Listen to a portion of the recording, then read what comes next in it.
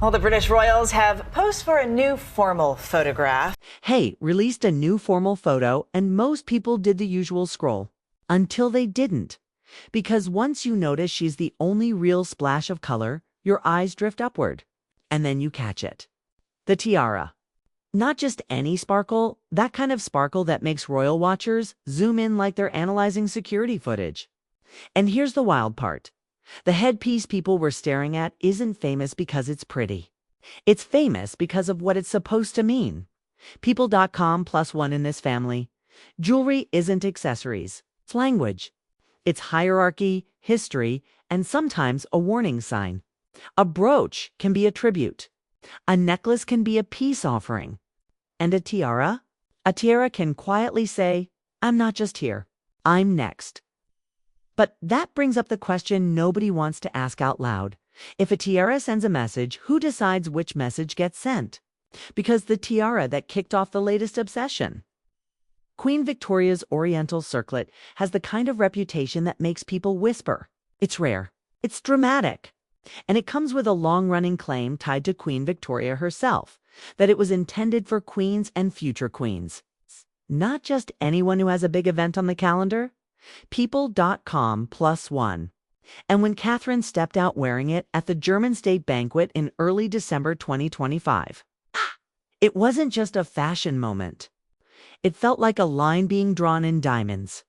Vogue now pause for a second because this is where people get the story wrong. The internet loves a simple plot. Villain steals, hero suffers, palace panics, everyone gasps. And lately, the loudest version of this rumor sounds like a royal thriller Tiara's taken. Forced, vault drama, the whole thing.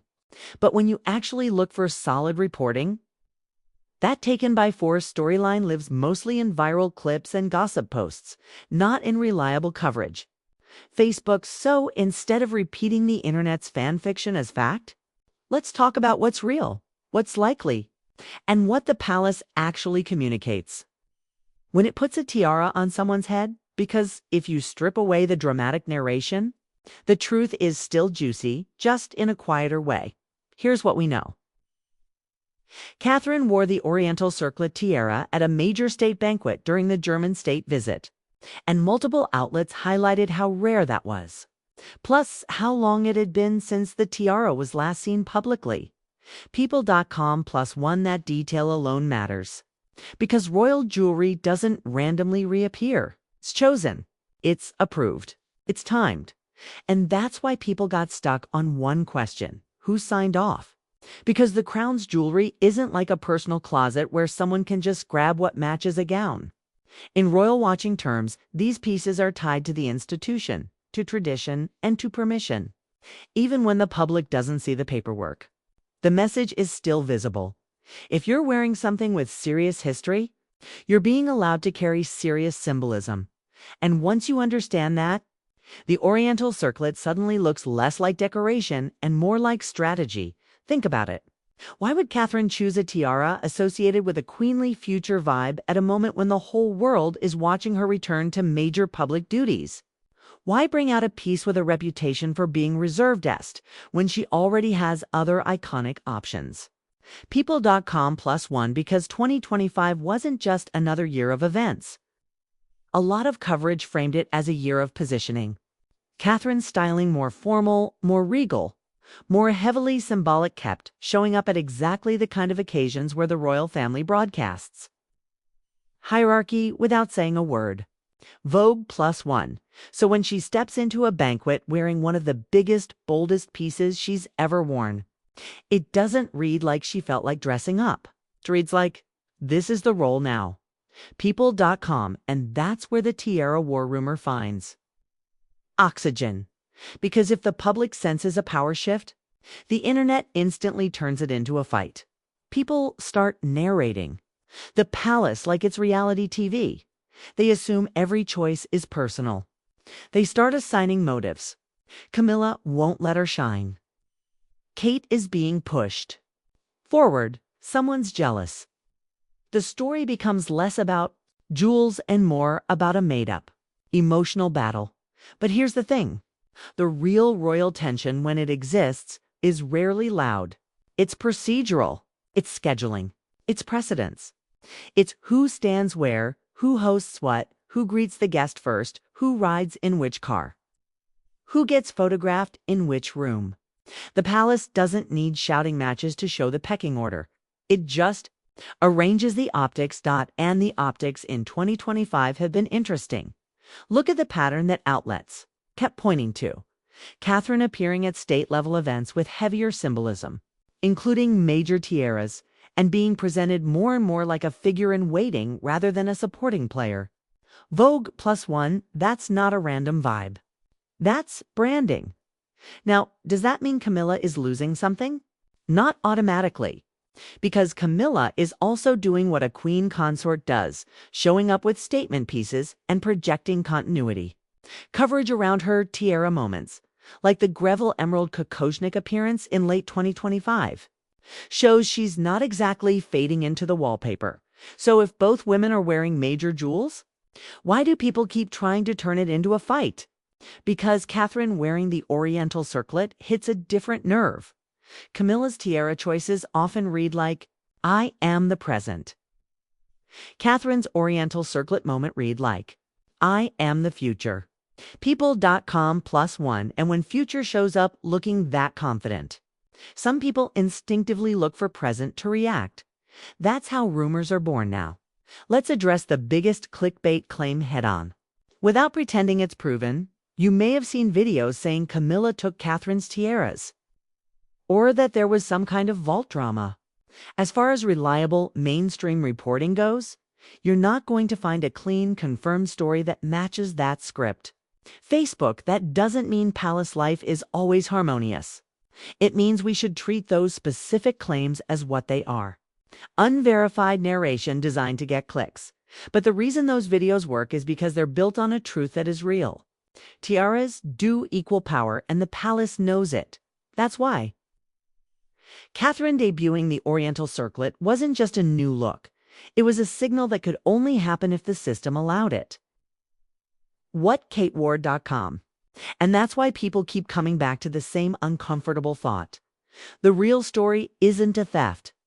It's AHANDOFF. Because if the institution is comfortable letting Catherine wear a tiara framed as queenly, that tells you something about where they want the public's eyes to go. Vogue +1, it says, start getting used to this image. And that's also why the timing felt so deliberate. A major diplomatic moment. Global photos. Formal setting. Everything about it screams state-level seriousness. Vogue +1, you don't accidentally drop a rare tiara into that kind of night. You place it. So what does that mean for Camilla? It could mean nothing dramatic at all. It could simply mean the monarchy is doing what it always does, showing continuity, then carefully introducing the next face of it. And to be fair, that's exactly how royal branding works. You don't flip a switch overnight. You build the picture slowly until the public feels like the future is already familiar. But if you're the kind of viewer who senses subtext, you can't ignore the undertone. When the future walks in wearing a symbol meant for queens, it quietly narrows the spotlight, and that's where the real tension would come from. Not because someone stole something, but because symbolism is a limited resource. There are only so many headline moments, only so many historic jewels, only so many nights where the whole world is watching. And if one person is being framed as the future, everyone else has to adjust around that frame. Which brings us back to the photo. Started it all. People saw the splash of color. Then they saw the tiara. And suddenly they weren't just looking at a hairstyle or a dress. They were looking at a power map. Because in that one glittering detail, you can read a story, a rare piece brought back into the light. A public figure stepping into heavier symbolism. And a monarchy that's quietly teaching the world what next looks like. So here's the question. I'll leave you with, do you think that tiara moment was simply a beautiful nod to history? Or a carefully chosen move to reshape the hierarchy in plain sight?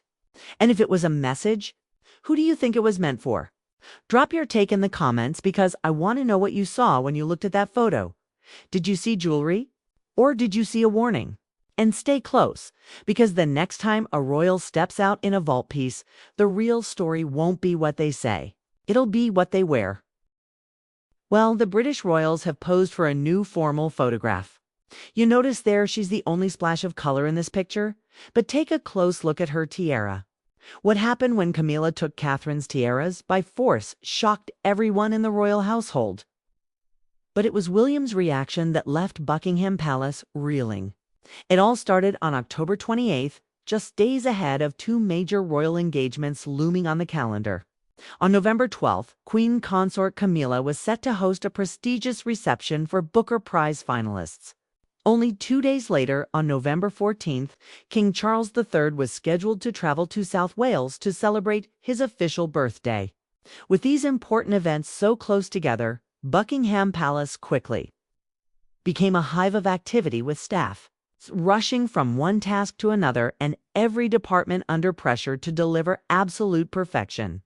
But what happened in the course of the preparations is something you don't want to miss. From the beginning, Queen Consort Camilla took a hands-on role. According to palace sources, she wanted everything to be flawless. She personally monitored several departments, including royal protocol, guest coordination, decor, lighting, and wardrobe. Insiders say she even approved the import of rare floral arrangements from overseas and ordered bespoke fabrics from Italy to elevate the palace interiors. To Camilla, these events were not just ceremonial. They were moments to project authority, refinement, and control. So by early November, everything appeared to be running smoothly. Guest lists were finalized, rehearsals were completed, and security measures were tightened. Staff believed the palace was fully prepared. But behind closed doors, an unexpected issue emerged, one that would quietly shake the royal household. The issue was the tiara. You see, in royal tradition, tiaras are not just decorative pieces. They represent rank, legacy, and power. Every tiara has a history, and wearing one sends a message about status and position within the monarchy. Choosing the right tiara is taken very seriously, especially for formal evening events that attract global attention. For Camilla, the problem became clear during her final wardrobe fittings. On November 12th, she planned to wear a deep blue gown for the Booker Prize reception. For King Charles's birthday celebration on November 14th, she had selected an elegant ivory outfit. However, none of the tiaras typically assigned to her worked well with either look. Some clashed with the colors, others appeared too heavy or outdated, and a few were unavailable due to maintenance or previous commitments. As the pressure mounted, Camilla grew increasingly frustrated. Determined to find a solution, she began looking beyond her usual options. That was when her attention reportedly turned to the Princess of Wales. Kate was known to have several tiaras that would perfectly complement both the blue and ivory outfits. One piece in particular stood out, and that was the Oriental Surlet tiara, a refined and versatile jewel closely associated with Kate's role and image. On the evening of November 4th, after a long day of preparations, Camilla reportedly approached Kate in a quiet palace corridor to ask for her tiara. "I hear you have the Oriental Surlet available," Camilla said, her tone calm but firm. "It would be ideal for the upcoming events." Kate, surprised by the direct request, paused before responding. "I'm afraid I was planning to wear it myself," she replied carefully. "I have engagements coming up, and my outfits were chosen to match that tiara."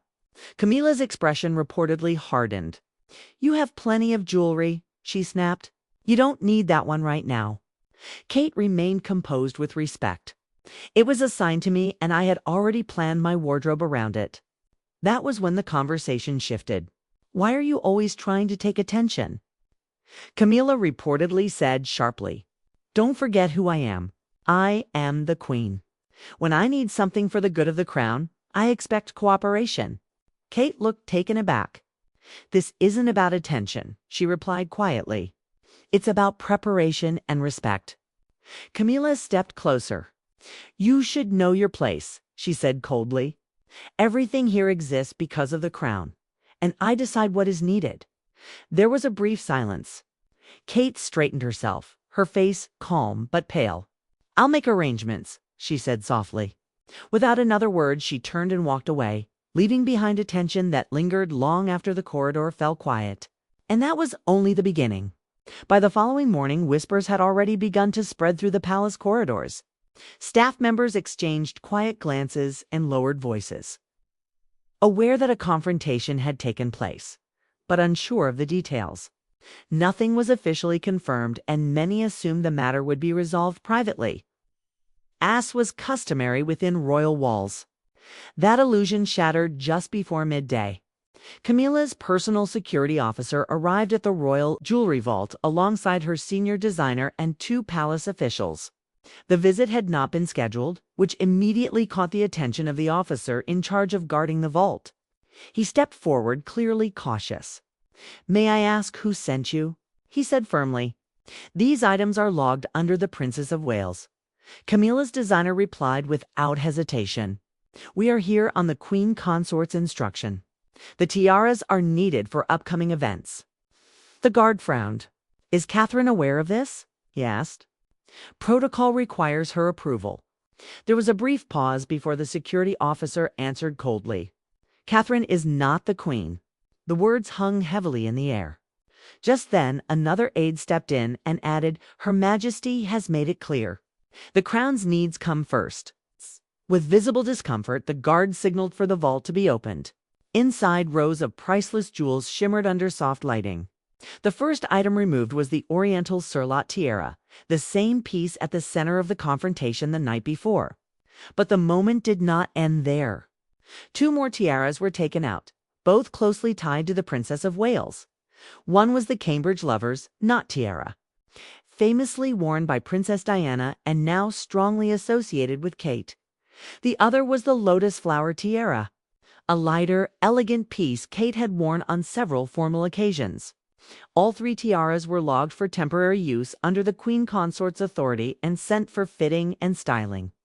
By the time senior aides learned what had happened, it was clear this was no simple borrowing. Too many inside the palace, it felt deliberate, less a request and more a statement of power. The news reached Catherine at exactly 4:30 p.m. She was in her private sitting room when Mr. John Harrington, the long-serving head of the Royal Jewelry Vault, was quietly shown in. His face was tense, his posture unusually stiff. Catherine immediately sensed something was wrong. "I'm very sorry to disturb you, Your Royal Highness," he said carefully, "but I felt you needed to know." He explained everything. The unscheduled visit, the instructions given in Camilla's name, and the removal of not one but 3 tiaras. As he spoke, Catherine's face tightened, her hands clenched in her lap. "She took them?" Catherine asked, her voice low. "Without my consent?" "Yes," Mr. Harrington replied. "I raised concerns. I asked whether you had approved it." Catherine exhaled sharply.